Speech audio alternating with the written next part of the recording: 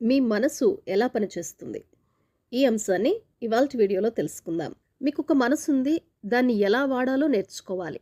మీ మనసులో 2 స్థాయిలున్నాయి. చేతనం లేదా హేతుబద్ధ స్థాయి. సుప్త చేతనం లేదా నిర్హేతుక స్థాయి. మీరు చేతనాత్మక మనసుతో ఆలోచిస్తారు.